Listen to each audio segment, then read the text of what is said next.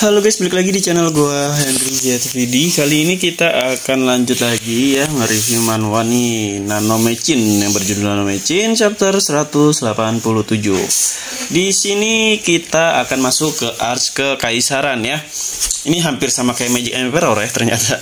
Nah, di Nanomechin ini kita akan melihat gimana MC kita ini ya, atau pemimpin dari kultus demonik yang masuk atau menyusup ke kaisaran lewat pangeran ini yang gue gambar di pangeran. Nah, jadi di chapter sebelumnya dia udah bikin kesepakatan sama pangeran ya, dan punya misi yaitu mau menghabisi penyusup yang ada di dalam kekaisaran. Karena MC juga sebenarnya sih bukan kewajiban MC ya buat nolongin kayak gitu, cuman ini bisa berpengaruh terhadap kultus demonik dan seluruh mungkin sekte-sekte atau aliansi murim juga. Kenapa bisa begitu? Sepertinya Sigblade ini atau yang penyusup di dalam kekaisaran ini mau menyatukan seluruh kultus atau sekte atau juga murim ya yang ada di dunia si Nanomechin ini, dan yang memimpin yaitu Sigblade guys. Nah, entah tahu apa tujuannya, tapi yang kita agak sedikit tahu nih seperti itu ya.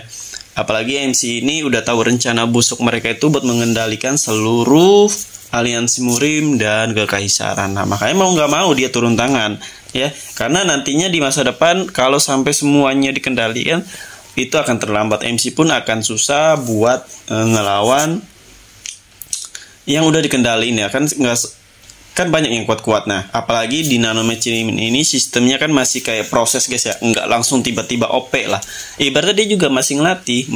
Nah, tapi prevalence ya, atau apa itu, bahwa pendukung dianya itu yaitu si Nano inilah yang membuat dia tuh kayak nggak akan melakukan kesalahan yang ini. Caranya dia biar mempercepat lah yang harusnya dia harus melakukan banyak kesalahan untuk mengulang jadi nggak salah. Nah, itulah gunanya Nano atau guru. Jadi bukan tiba-tiba dia langsung OP begitu aja guys ya.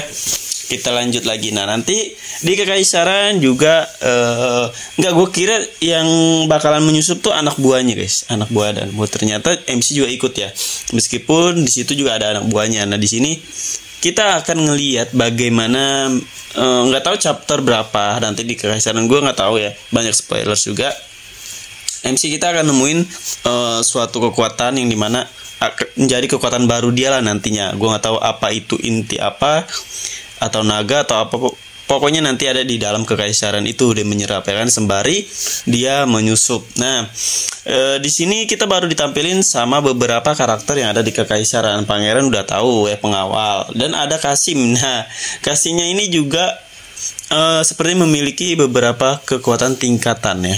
Kalau kita lihat ya, kita sih belum tahu tingkatannya apa. Apakah MC kita bisa ngalahin atau enggak itu belum dijelaskan ya, belum ada pertarungan lah. Karena MC kita masih kayak melihat sekeliling untuk mencari tahu nih di mana aja musuh atau anggota Sigblade ini yang menyusup ke kekaisaran. Nah, nanti kita bisa lihat, cuman kita belum tahu nih kekaisarannya seperti apa dan pangeran-pangeran lain seperti apa.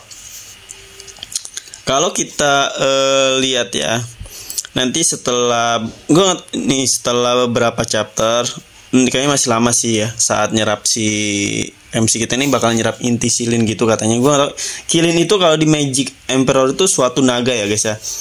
Ini banyak banget yang bertebaran. Jadi kalau kalian tanya inti Kilin itu apa sih?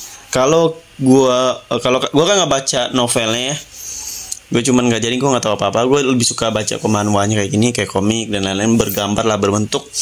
Dan kalau gue tebak, dia itu inti Kilin itu inti naga yang ada di kekaisaran. Nah, ini kayak hampir nyambung sama Magic Emperor ya guys, kayak versi dimensinya, yang dimana kalau Magic Emperor kan dimulai dari kekaisaran artnya ya kan, yang di kekaisaran, lalu nanti baru masuk ke aliansi murim, demon, dan si Metil dan lain-lain. Nah, kalau si MC ini dimulai dari demon, demonik ya, kultus demonik baru ke kekaisaran. Terbalik, agak terbalik tapi saling berhubungan. Nah, meskipun beda dimensi ya.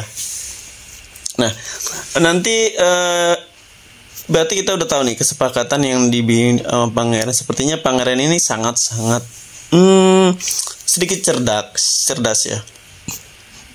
Meskipun masih kayak naruh dendam lah.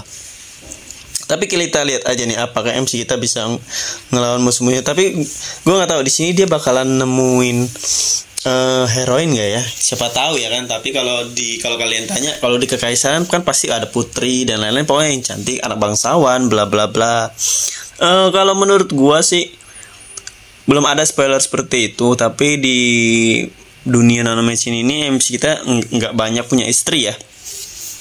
Nggak banyak punya istri, paling beberapa doang, dan itu pun yang kemarin sering gue jelasin, dia cuma punya anak satu doang dari istri yang pertama, yaitu yang dari kultus demonik. Nggak semuanya, jadi nggak, sebenarnya paling ya kayak mengagumi aja kali ya, orang-orang lain tuh kayak mengagumi tapi nggak sama dia dinikahi gitu aja guys. Karena masa lalu MC juga nggak mau mengulang kejadian di kultus demoniknya, dia nggak mau sampai kultus demonik ini musnah. Cuman gara-gara pertarungan perebutan kekuasaan dari dalam kultus demonik yang udah kalian lihat kan di chapter awal, yang dimana dia ini bukan anak dari inti keluarga ya, anak selir lah ya. MC ini cuma anak selir, bukan anak utama lah ya, rumah utama, yang tiba-tiba jadi kuat dan sekarang menjadi pemimpin. Nah, makanya kalian tonton dari awal biar kalian ngerti dan paham jalan ceritanya. Dimana dia bertemu dengan Nano, dimana dia bertemu dengan cucu di masa depannya ya kan, yang datang ke masa lalu itu masih belum ada kejelasan kenapa cucunya itu sampai jauh-jauh ke masa lalu untuk membuat kakeknya ini nih sampai kuat ya. Berarti kemungkinan kita akan melihat masih jauh sih ini perjalanannya. Perjalanan dari nanomedicine ini masih jauh. Gue nggak tahu kalau sistem dunianya itu ada kayak ranah-ranah kayak dunia dewa dan lain-lain. Nah, tapi yang pasti bakalan ke portal waktu, ke masa depan atau ke masa lalu. Nah, untuk dewa pasti kayaknya ada deh ya. Oke, ini sepertinya kita hampir sedikit selesai. Aduh, tangannya gue lupa tuh. Hampir sedikit selesai di sini.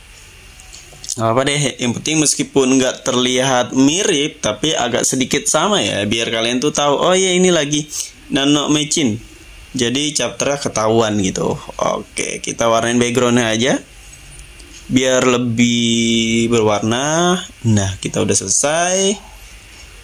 Oke, warna ungu, hitam, gelap gitu aja dark. Nah, ini kita tinggal rapin aja sih nanti ya, kita scroll lebih dalam. Oke, cukup sampai sini. Terima kasih juga yang udah nonton. Sampai jumpa lagi di next video.